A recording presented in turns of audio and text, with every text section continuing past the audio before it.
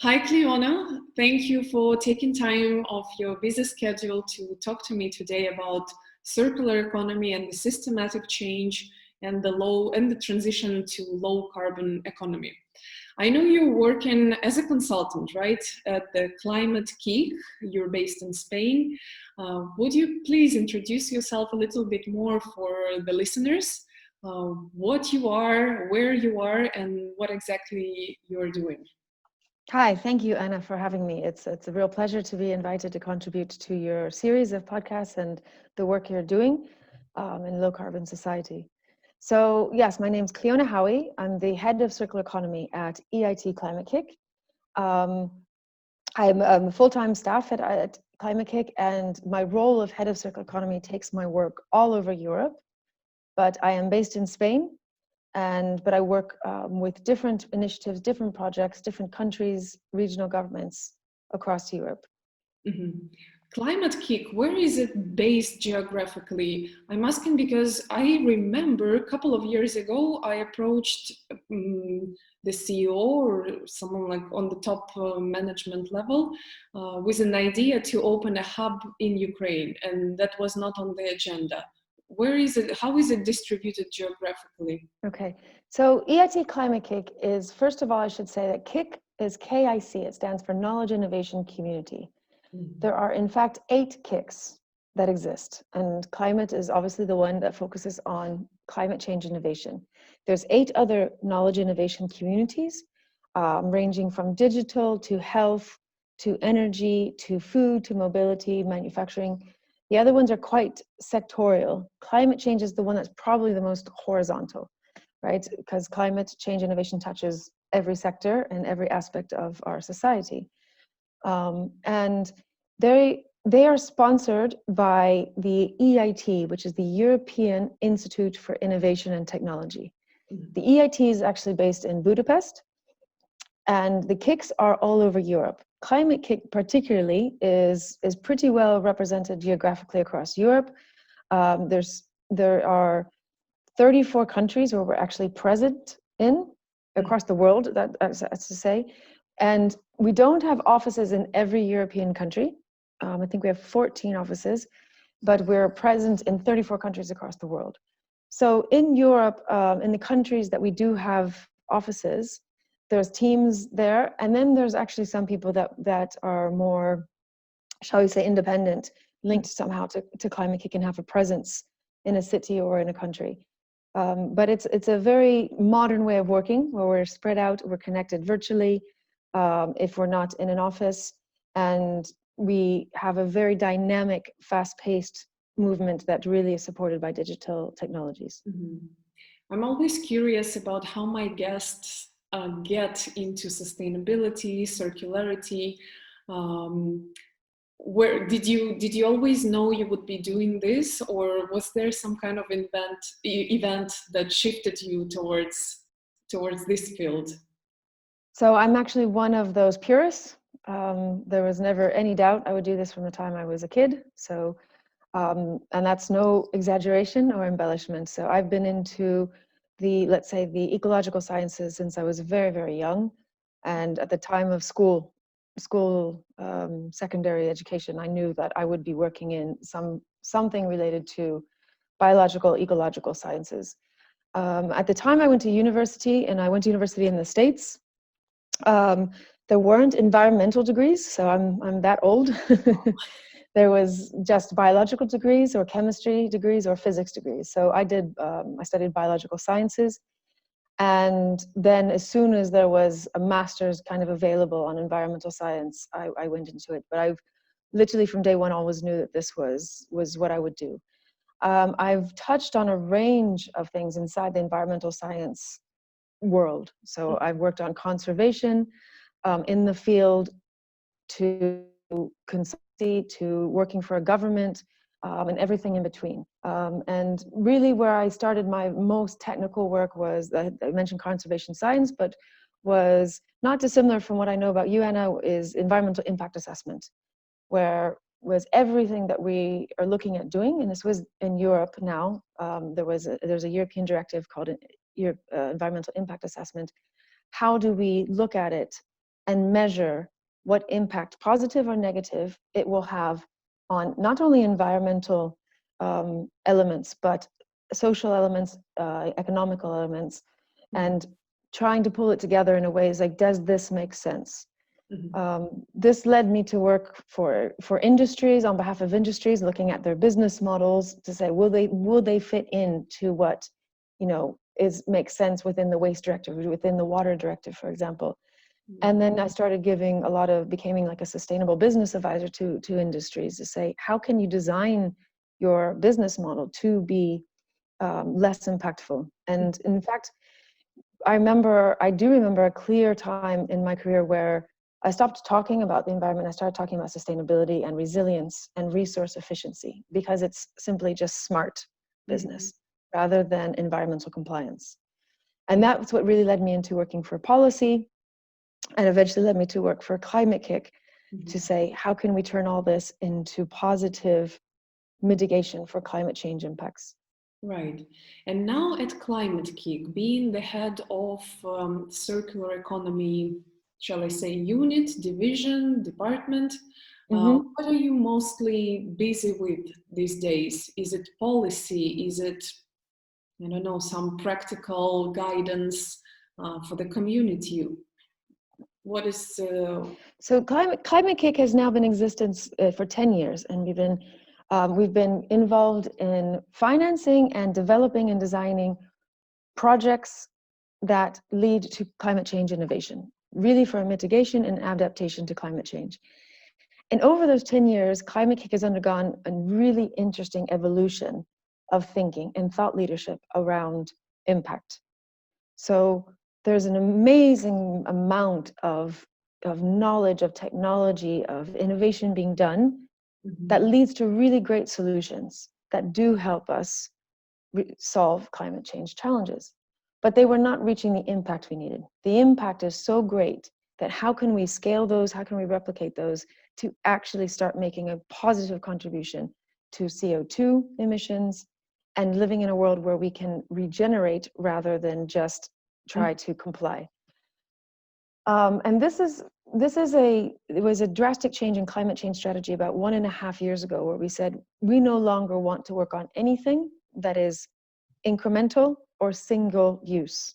And we decided to have a new strategy, which is called Transformation in Time, that says we now want to work on what is called systems change, systems transformation. Meaning, and this goes back to my beginnings of being a biologist, really, which is what I started my career as, and looking at natural systems. But everything is an ecosystem. Everything is a web that is complex, very complex, but linked. Everything is interlinked to one another.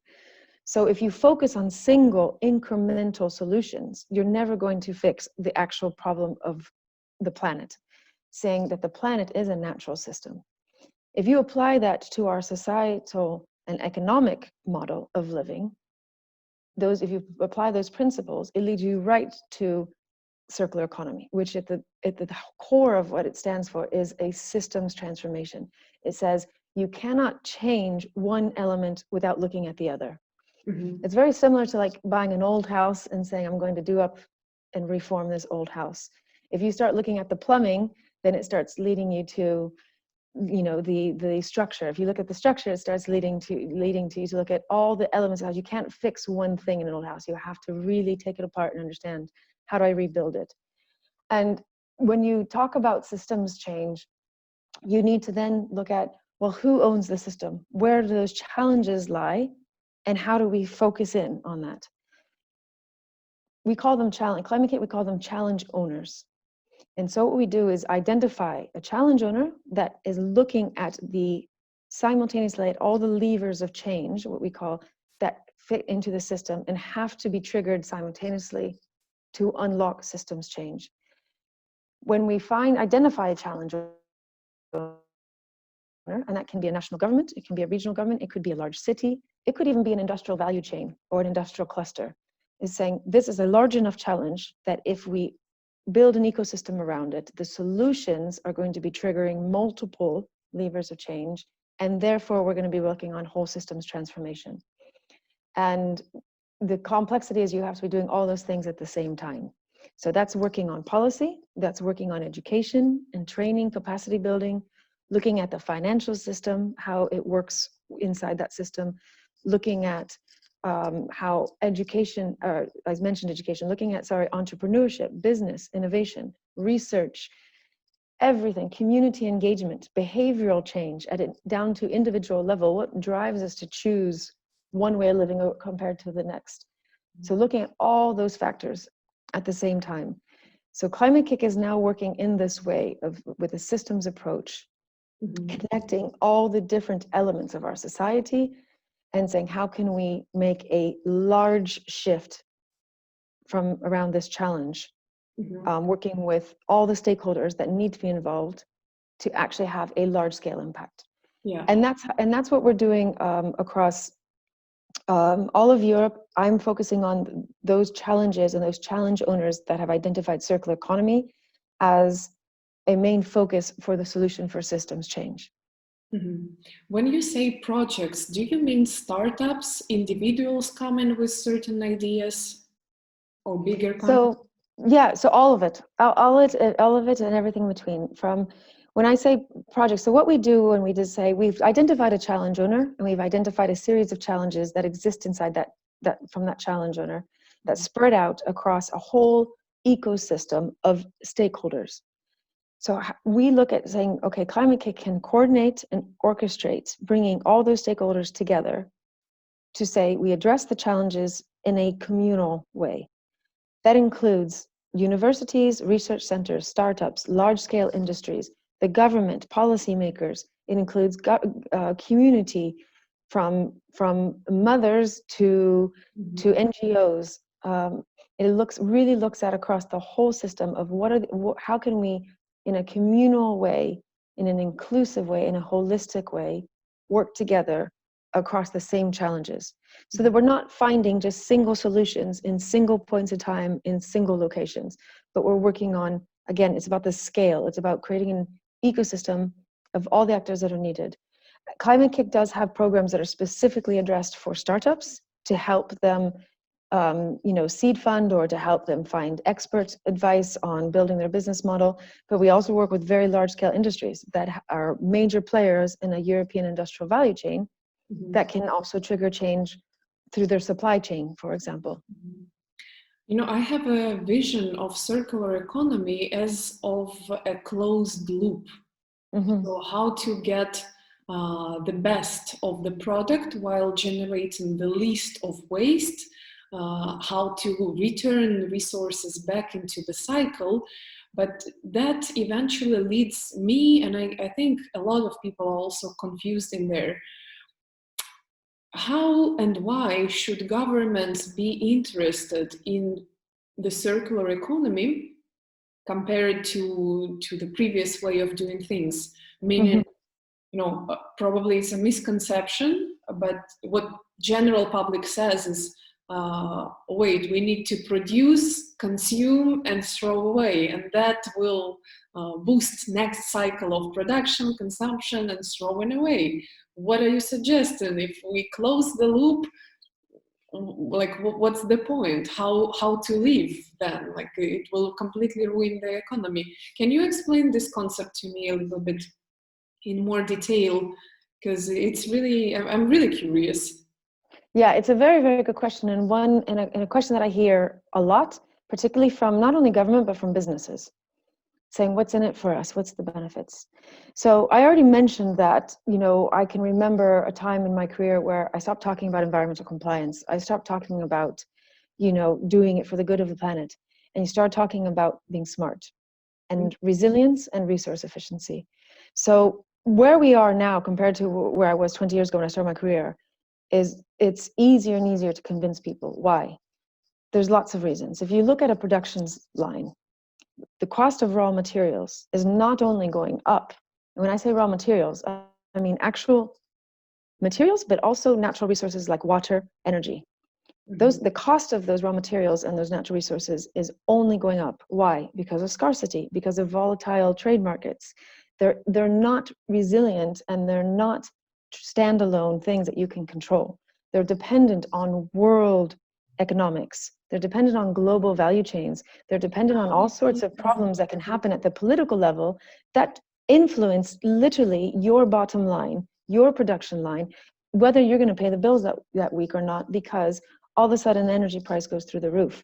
All of a sudden there's not good, clean, accessible water because there's been an oil spill, there's been some kind of contamination, and you've now got to pay 5 times as more to transport clean water from somewhere else for your production line.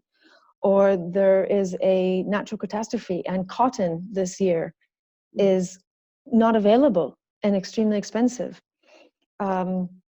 Things like this, these affect your bottom line, your price, and it's only getting worse. As resources become more scarce, they become more expensive, and you can't control that.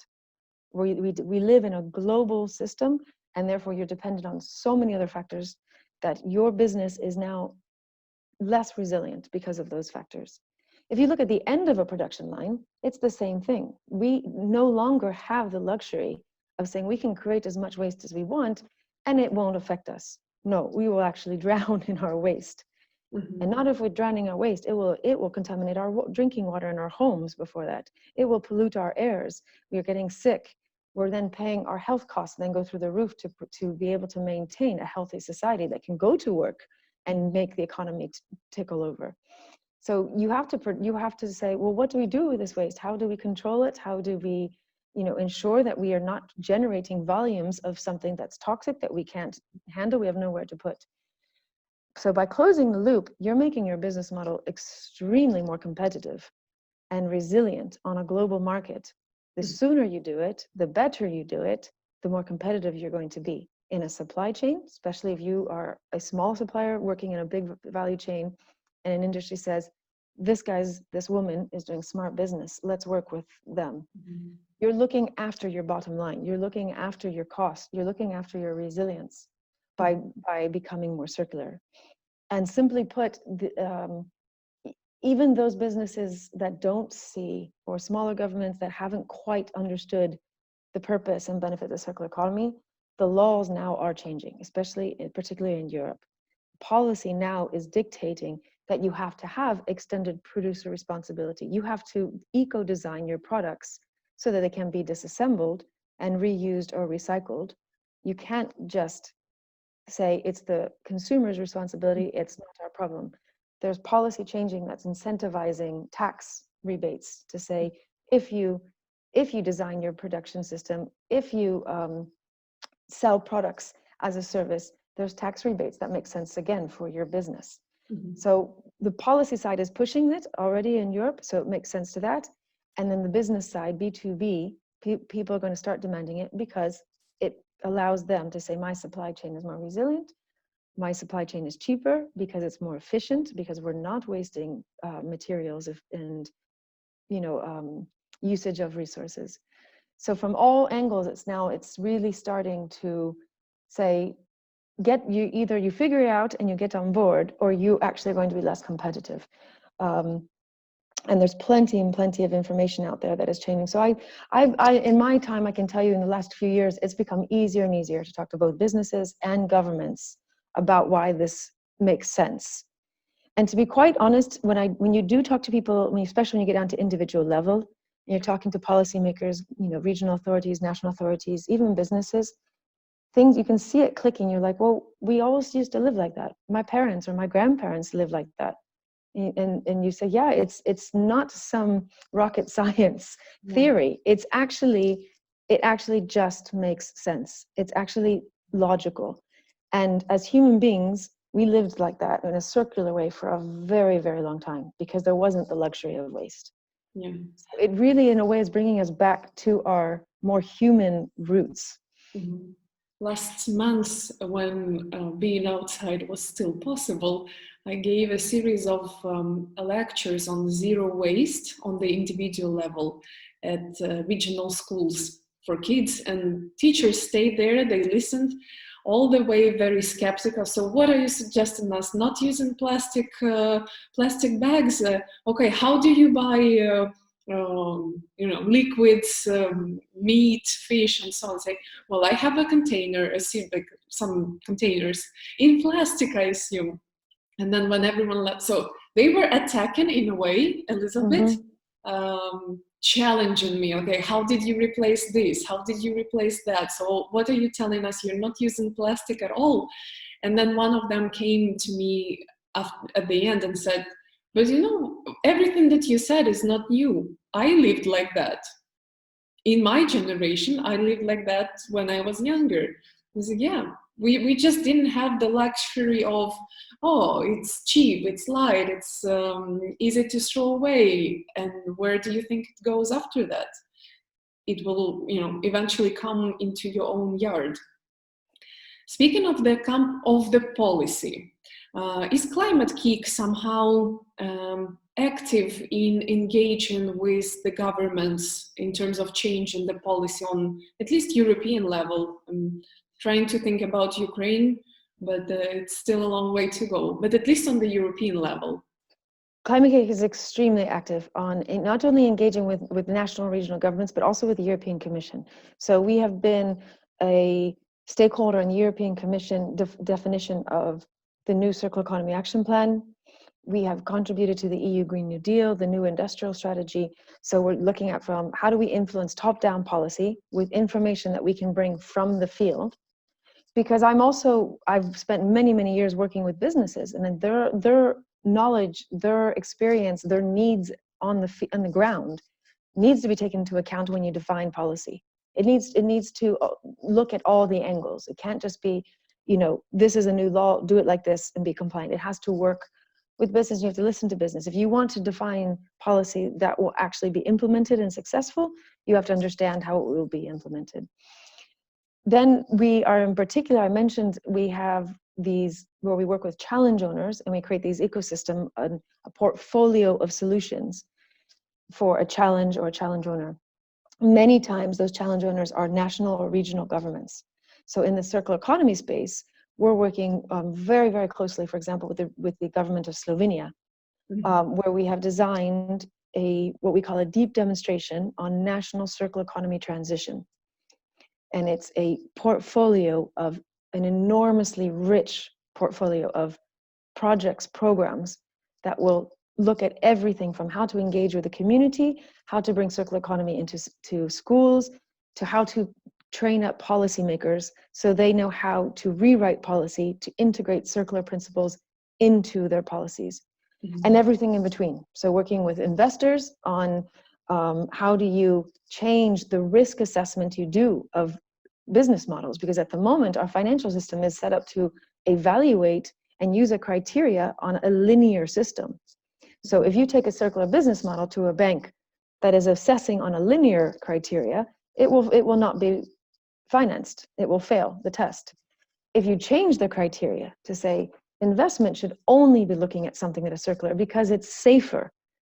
If you look at the simulation models, it's a safer bet for investment than a linear model. Why? Because it's not, like I said, dependent on volatile raw material prices. It's taking care of its waste in a closed loop way and doesn't have to pay for its waste. Because right now, when you produce waste in Europe, you have to pay for it to be sorted. So that is some examples, but I mentioned the government of Slovenia. I mentioned we're also working with the government of Bulgaria, the government of Italy, the government of Ireland. We're working with some regional government authorities at regional level. How can you create an ecosystem around these solutions? So Climate-KIC is heavily involved of working with policymakers and governments. I find Slovenian example just wonderful. How complex it is, how complex it sounds, and I think you mentioned systematic change. That's exactly the example of this holistic, integral approach. Is it publicly available, or is it only the governmental documentation? At the moment, we're finalizing the design phase of what this portfolio of projects will look like. But the overall pilot is called a deep demonstration on national circular economy transition for Slovenia. There is information online about it. I can share this with you. Yes. There was actually one of our biggest milestones. It's been about a year and a half in the middle working with the Slovenian government. And we grew it from working with 3 ministries to now 9 ministries. And in November 2019, we actually got, well, I say we, Climate-KIC, working with the Slovenian government, a government mandate, an official government mandate to work on this pilot. So we're just finalizing now the design phase, and then it will go public, the exact set of activities portfolio of interventions that will be rolled out in Slovenia. It's a very exciting project. It's an amazing commitment on behalf of the Slovenian government to do this. It's about implementation on the ground. It's not about writing a strategy, a circular economy strategy that will take 2-3 years to write and then sits on someone's desk. It's about what can we do now to catalyze circular economy transition at national level.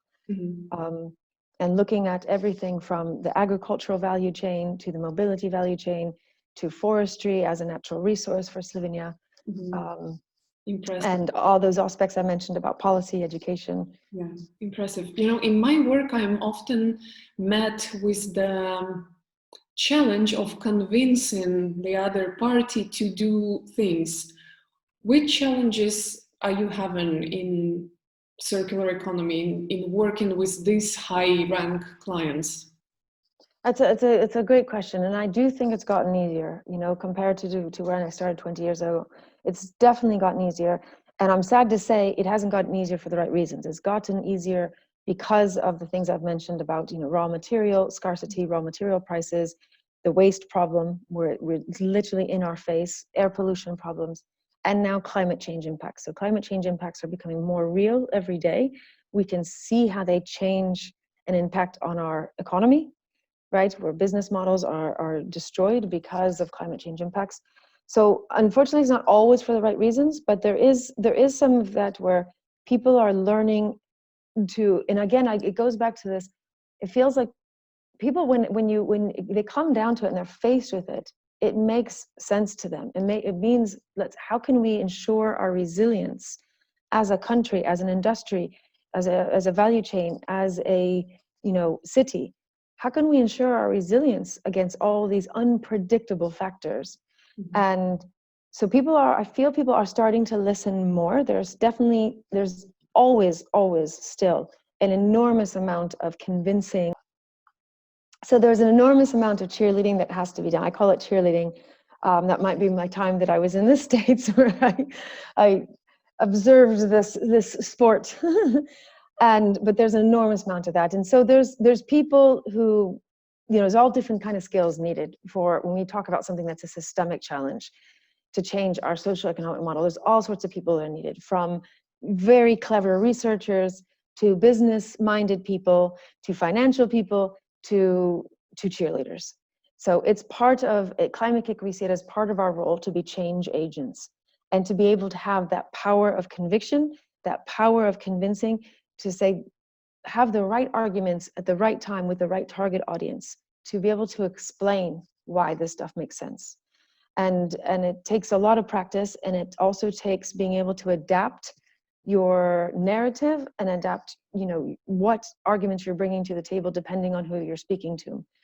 And the kind of talking or convincing you would do with a policymaker maybe is not the same that you would do with a business. And for me, it's those of us who work in this field like you, I think it's part of the skills that we have to nurture and cultivate to be able to have an impact on individual people. Because at the end of the day, you need buy-in. You need as many people on board as possible to be convinced that this is the right way forward, so that we do start changing policy. We do start changing businesses, the way they think. And when you go into a school, you can talk to a teacher and it makes sense to the teacher, or it makes sense to a parent of young why we're pushing these kind of theories and thinking on them. One last question, because I could talk to you endlessly, but I see we are running out of time a little bit. One last question. How do you feel? What's your expectation in the post-coronavirus crisis time? Will we find ourselves with accelerated transition towards what we were just discussing, circular economy, low carbon economy, or are we to expect the rollback? That's a great question, Anna, and I wish I knew. Sometimes, well, actually, I'm not sure I wish I knew, because it's scary. But you know, coronavirus is a crisis, is a global crisis, but so is climate change. And it's, you know, there are still people who don't quite understand, a lot of people don't quite understand it, even prominent political figures. I mentioned that it's becoming more evident and people are seeing the impacts closer to their face, which helps.